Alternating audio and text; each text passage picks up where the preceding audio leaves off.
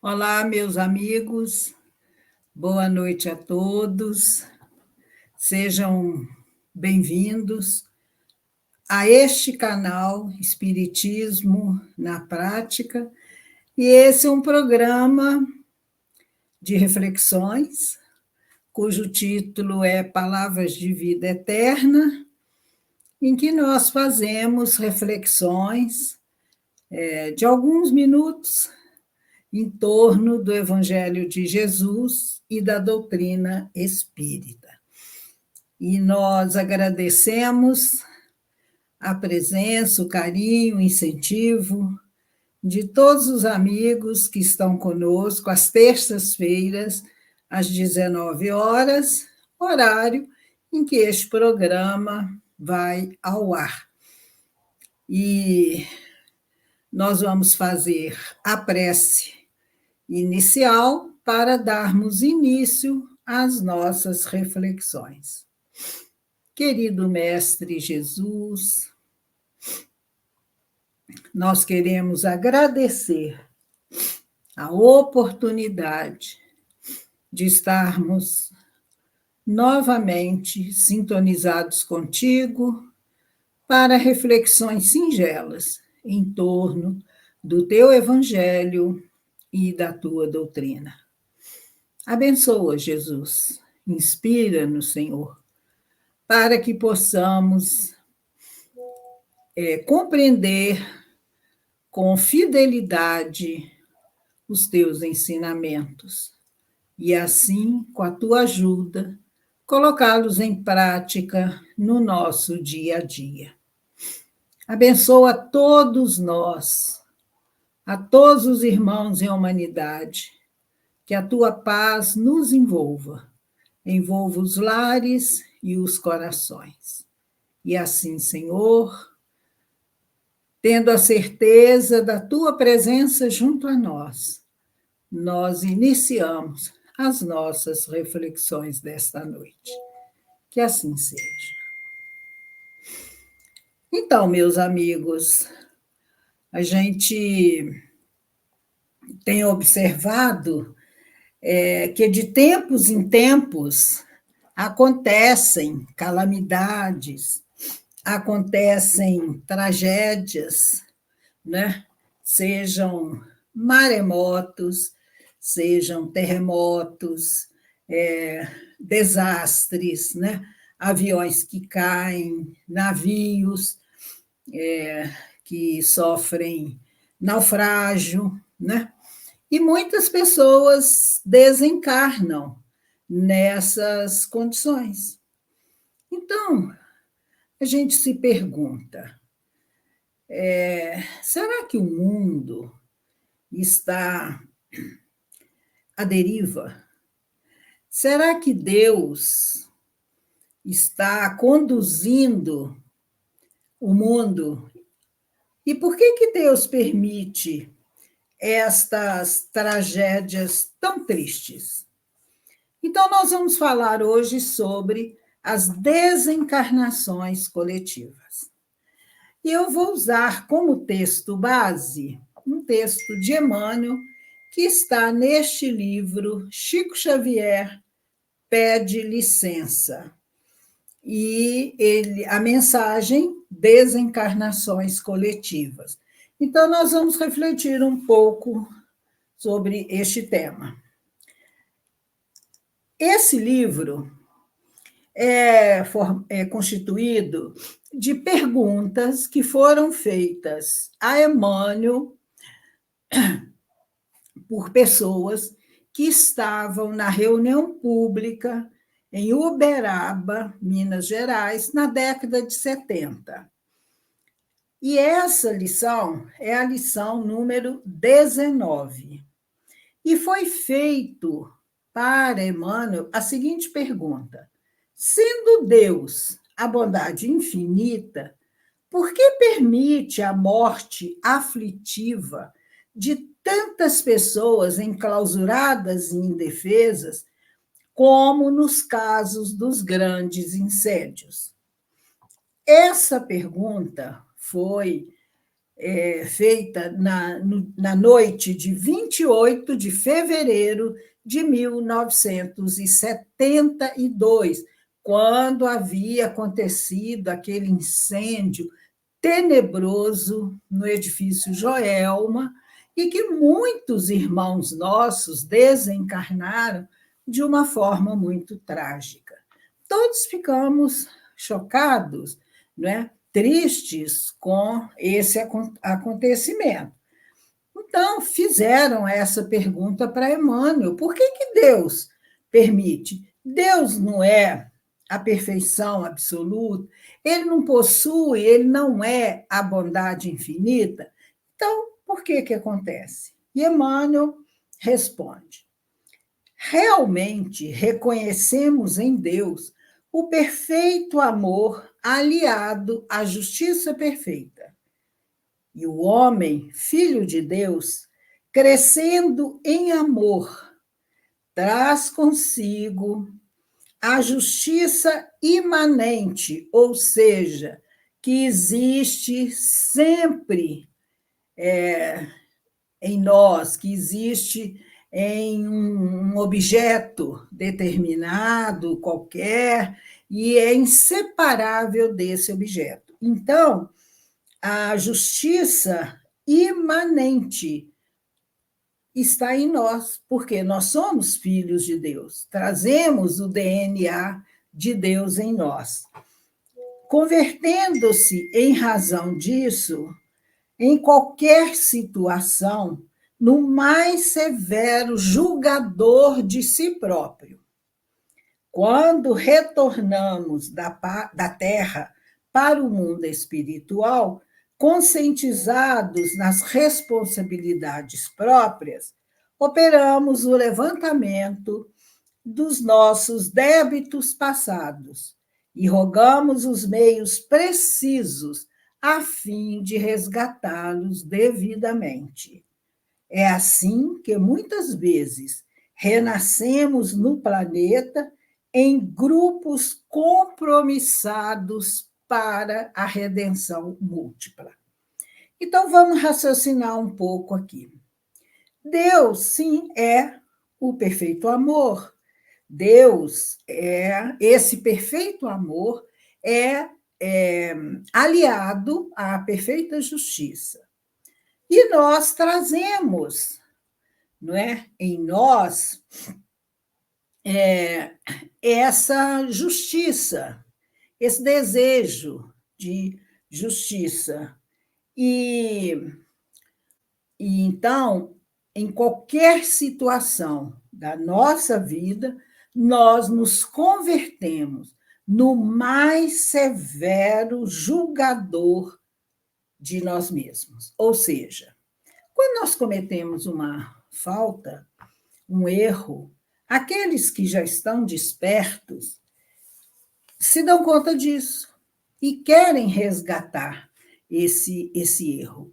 Então, quando nós estamos encarnados, que nós cometemos uma falta, ofendemos alguém, somos ingratos, nós alimentamos o desejo de pedir perdão, de pedir desculpa, de reparar aquela falta de alguma forma, para que nós fiquemos tranquilos. Mas quando nós retornamos da Terra para o mundo espiritual, diz Emmanuel, com o passar do tempo, depois que nós vencemos aquela fase do que Kardec chama de perturbação espiritual, né? Ele fala sobre isso no Livro dos Espíritos, quando essa perturbação espiritual é o período de adaptação à vida espiritual. Então, passado esse tempo, nós vamos nos conscientizando da nossa situação. E nós olhamos para dentro de nós e detectamos as nossas falhas, os nossos erros, as nossas imperfeições. Nós damos conta, lamentamos todo o tempo que nós perdemos aqui na Terra, que nós poderíamos ter aproveitado de uma maneira melhor para fazermos o bem, para aprendermos mais, estudar mais e, assim, progredirmos mais rapidamente. Então, nós, Emmanuel diz, fazemos o levantamento de nossos débitos passados. Na questão 621 de O Livro dos Espíritos, Kardec pergunta: onde está escrita a lei de Deus? E os espíritos respondem: na consciência. Então, não vai ter um tribunal para nos julgarmos quando nós chegarmos no mundo espiritual. Não vai ter um juiz, Deus não é juiz. Não tem espírito nenhum, anjo de guarda, mentor, guia, que vai nos julgar. Nós vamos ser julgados pela nossa própria consciência. Então, nós pedimos a Deus, rogamos a Deus as oportunidades, Emmanuel diz aqui, os meios precisos para que nós possamos resgatar esses débitos.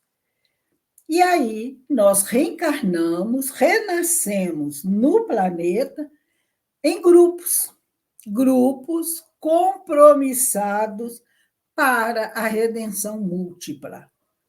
O que é isso?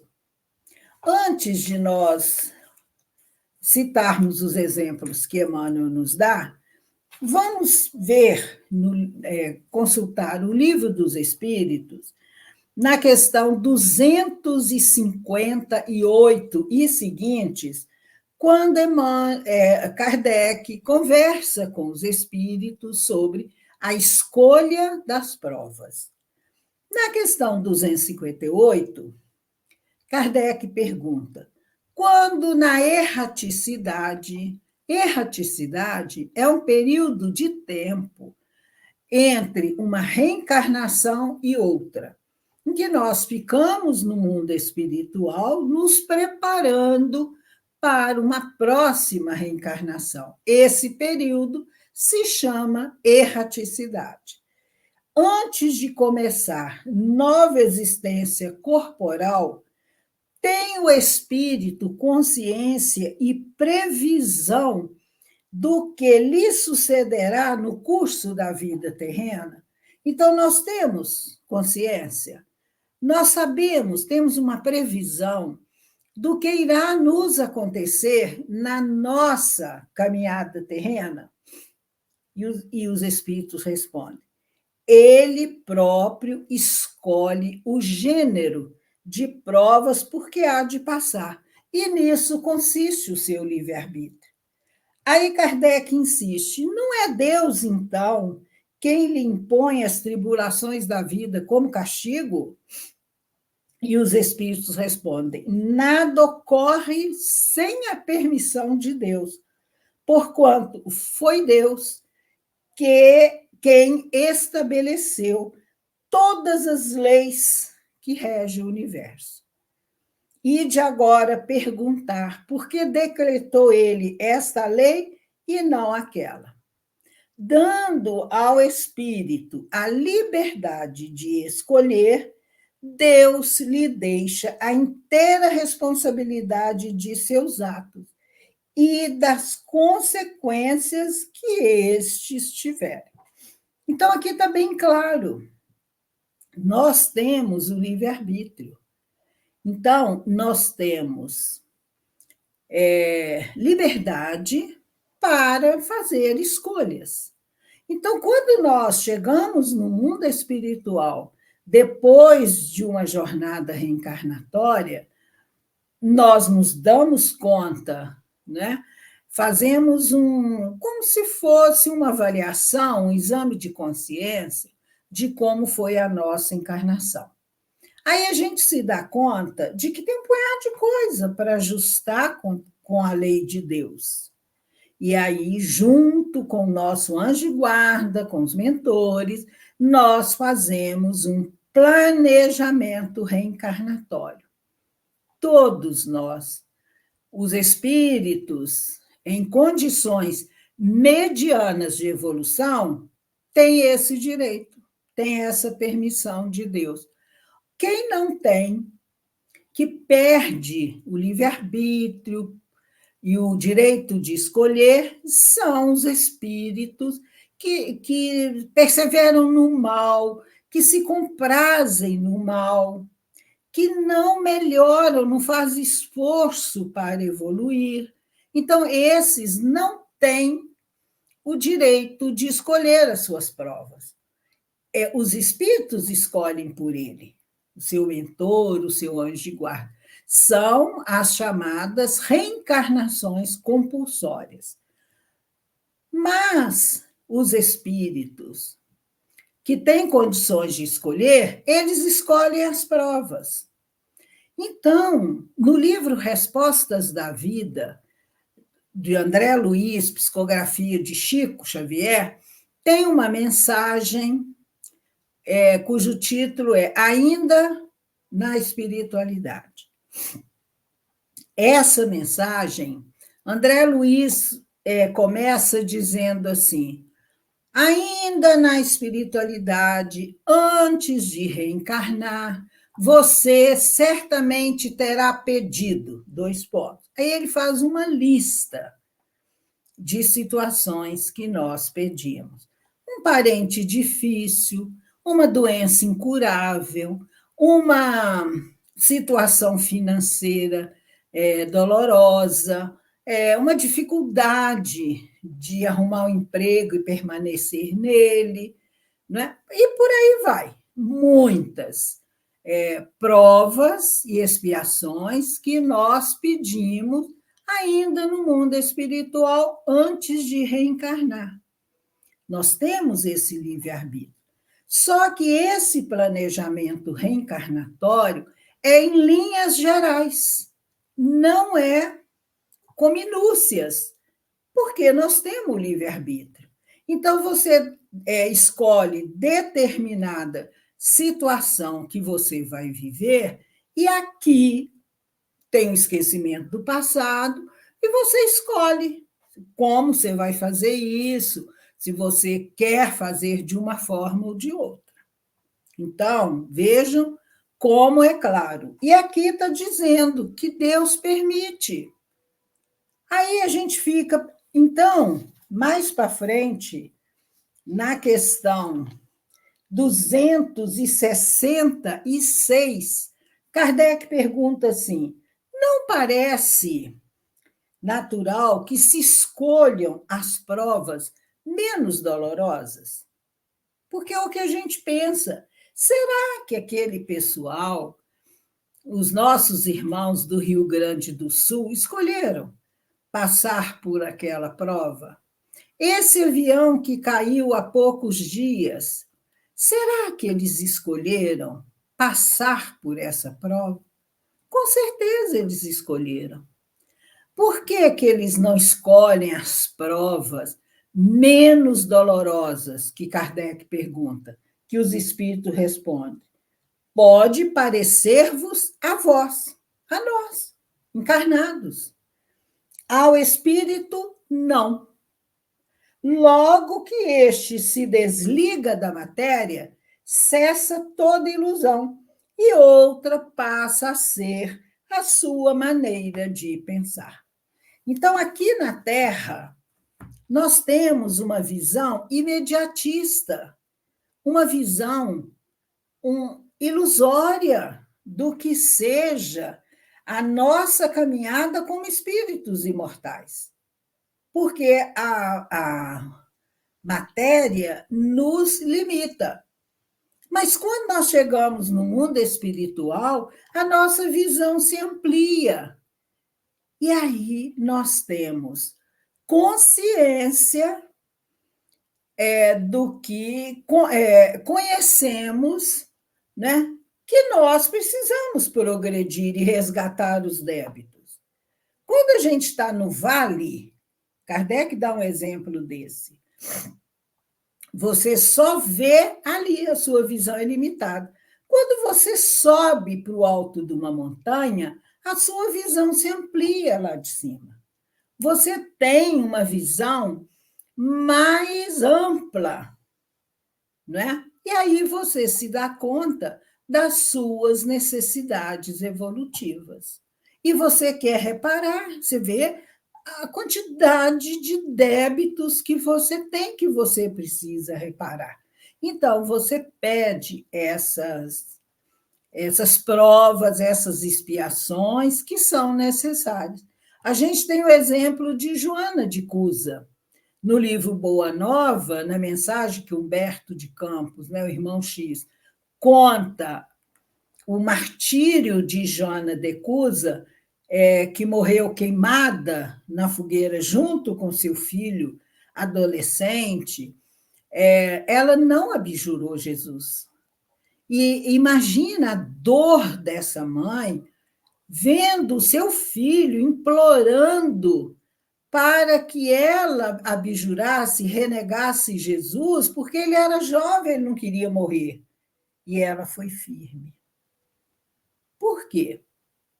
A dor dela, vendo o filho ali morrer queimado, vivo, é indescritível. Mas Joana estava vislumbrando o futuro, não é? Aquela situação ali iria beneficiar o seu filho. Ele estava resgatando débitos para ficar mais livre no futuro. Mas isso, quem tem essa visão é o espírito desencarnado. No corpo de carne, nós não conseguimos. Aí, Emmanuel, continuando aqui a mensagem, Emmanuel vai dizer que ele fala, né? Grupos compromissados. Então, ele dá exemplos. Invasores enganados pela própria ambição, que esmagávamos coletividades na volúpia do saque. Tornamos a terra com encargos diferentes, mas em regime de encontro marcado para desencarnação conjunta em acidentes públicos. Então, esses espíritos que desencarnam nesses acidentes são espíritos que no passado estiveram juntos, não é, numa determinada situação de prejudicar o próximo, quer dizer, o mesmo tipo de atitudes, o mesmo gênero de provas, e eles são atraídos para o local onde que irá acontecer a tragédia. Então, ali, naquele momento, a gente que está olhando de fora deve, mas, gente, deve ser uma coisa horrível. Não, eles têm toda a assistência dos espíritos amigos, muitos são retirados, não é? Antes, por exemplo, que o avião caia. E a gente vê isso no livro Ação e Reação. Leiam no capítulo 18 do livro Ação e Reação, falando sobre o acidente aéreo. É o capítulo 18 e a explicação também no capítulo 19. Assim que o avião caiu naquele acidente aéreo, os espíritos já estavam ali, porque é tudo planejado. Aí Emmanuel continua: exploradores da comunidade, quando lhe exaurimos as forças em proveito pessoal, pedimos a volta ao corpo denso para encararmos unidos o ápice de epidemias arrasadoras. Promotores de guerras, manejadas para assalto e crueldade pela megalomania do ouro e do poder, em nos fortalecendo para a regeneração, a gente pede para voltar. Sofremos a morte de partilha, que aparentemente é imerecida em acontecimentos de sangue e lágrimas. Corsários que ateávamos fogo a embarcações e cidades na conquista de presas fáceis, em nos observando no além, com os problemas da culpa, solicitamos o retorno à Terra para a desencarnação coletiva em dolorosos incêndios inexplicáveis sem a reencarnação. Então, aqui está bem claro. Nós criamos a culpa, diz Emmanuel, e nós mesmos engenhamos os processos destinados a extinguir-lhe as consequências. E a sabedoria divina nos auxilia nesses resgates. Então, todos esses que desencarnam nessas tragédias, eles chegam libertos no mundo espiritual, quitaram o seu débito. Agora, tem aqueles que sempre perdem o avião, que não estão no local do crime, dos acontecimentos. Estes teriam só que passar pela prova, mas não desencarnar, porque eles não tinham ligação direta com aqueles fatos.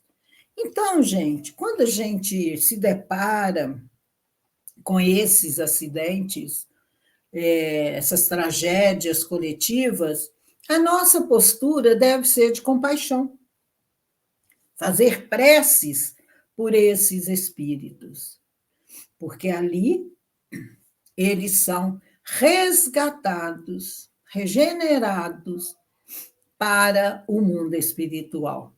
Ninguém está sozinho. Ninguém. Deus, Jesus, está presente em nós e nós precisamos confiar. Agora, como é que você entende isso? Só sabendo, tendo certeza da reencarnação. Porque uma existência só não dá para compreender, né, e essas situações dolorosas. Então, são muitas lições que a gente tira. Leiam no livro Cartas e Crônicas, o capítulo, a mensagem intitulada Tragédia no Circo, que Humberto de Campos explica magistralmente. Nós não temos tempo aqui, que nosso tempo está esgotado, né? Mas fica a reflexão. Estudem o Livro dos Espíritos, Escolha das Provas, e tantas obras. Por isso que a gente fala, convida tanto. Vamos estudar Espiritismo, que no Espiritismo nós encontramos as explicações. Por isso que o Espiritismo é a doutrina consoladora, porque com esclarecimento nós ficamos consolados e não perdemos a fé em Deus, na proteção divina, e sabemos que não estamos sozinhos. Então, nós vamos agradecer a Jesus a oportunidade desses instantes de reflexões e de aprendizados.